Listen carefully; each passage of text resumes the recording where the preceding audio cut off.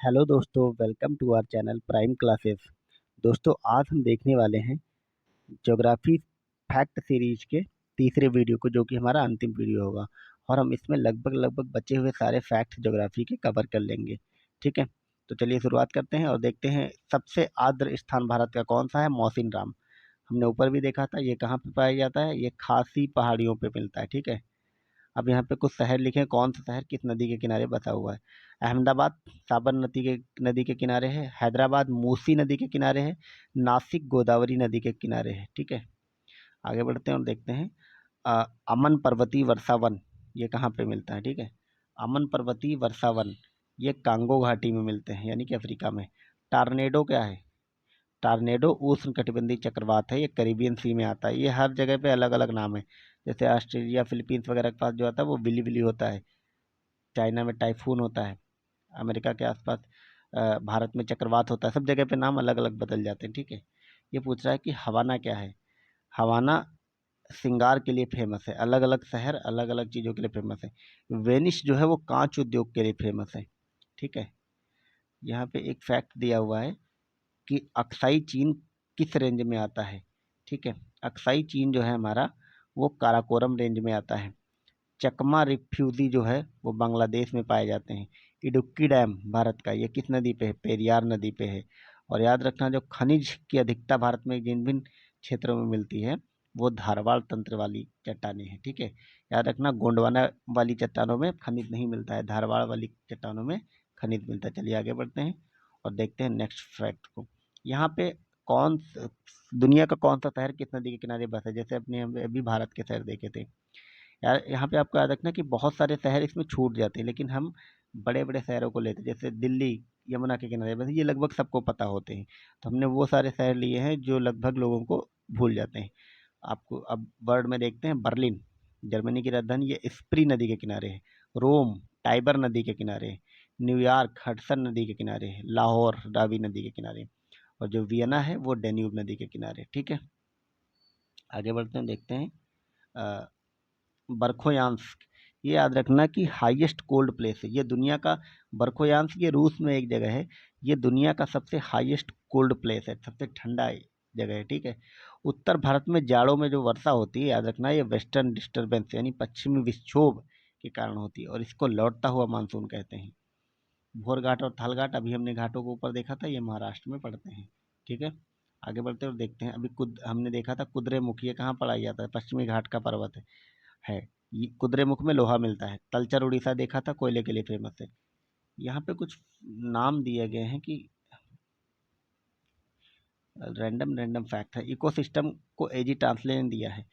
कसौली जो कि हिमाचल प्रदेश में पड़ता है।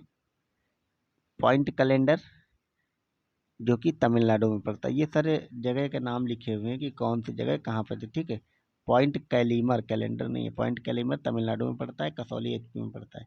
प्राकृतिक बंदरगाह कोचीन है। ठीक है, ज्वारी बंदरगाह कांडला है। ये इंपॉर्टेंट है, आपको याद रखने हैं। ठीक है, बंदरगाह आपको याद रखने की कौन से प्राकृतिक हैं, कौन से ज्वारी हैं, कौन सा गहरा मशीनीकृत, ये सब थोड़ा याद रखने हैं। प्राकृतिक बंदरगाह भारत का कोचीन है। ज्वारी बंदरगाह जो भारत का है वो कांडला है। भारत का सबसे गहरा प्रायद्वीपीय बंदरगाह विशाखापत्तनम है। और मशीनीकृत जो बंदरगाह है, ठीक है, मशीनीकृत वाला, वो जवाहरलाल नेहरू वाला है, जो कि महाराष्ट्र में पड़ता है। ठीक है, आगे बढ़ते और देखते हैं। माउंट वाइट, वाइट पर्वत, सफ़ेद पर्वत, यूएसए में पड़ता है। डायनासोर मिसोजोइक सरीसृप थे। प्राकृतिक रबर का उत्पादन सबसे ज़्यादा दुनिया में कहाँ होता है? थाईलैंड में। संथाल, ये जो संथाल जनजातियां हैं ये प्रोटो ऑस्ट्रेलाइड हैं। ठीक है, चाय, जो चाय की खेती है वो अम्लीय मिट्टी में होती है। चाय की खेती किस मिट्टी में होती है? अम्लीय मिट्टी में। नेपानगर अखबारी कागज के लिए फेमस है। अभ्रक यूपी में नहीं मिलता है, सबसे ज़्यादा आंध्र प्रदेश में मिलता है, उसके बाद राजस्थान में, उसके बाद झारखंड में। ठीक है, चलिए आगे बढ़ते हैं और देखते हैं धौलाधर श्रेणी। धौलाधर श्रेणी ये गद्दी जनजाति जो कि जम्मू कश्मीर में मिलती है उनके लिए फेमस है। मालाबार तट लेग्नेटा लेटेराइट सॉइल मिलती है, केरल में लेटेराइट मिलती है। ठीक है, ये लिखा है। चंबल नदी के किनारे कोटा बसा हुआ है। नर्मदा नदी के किनारे जबलपुर है। और महानदी के किनारे कटक जो कि उड़ीसा में पड़ता है वो बसा हुआ। ठीक है, आपको याद रखना कि कुल्लू घाटी ये मध्य हिमालय और शिवालिक के बीच में पड़ती है। माला नहर तंत्र जो है इसको विश्वेश्वरैया ने दिया था।